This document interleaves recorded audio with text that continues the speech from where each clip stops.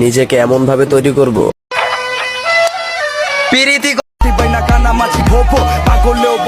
আরে হোক না আমার নামে মামলা। ছেকা মেকা খাই নাই তারপর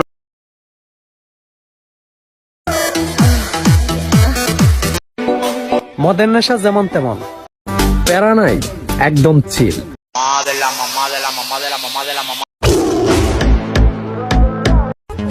ভাইয়া পরিবারের সম্মানের জন্য প্রচুর গাড়ি চালাইছি, প্রচুর।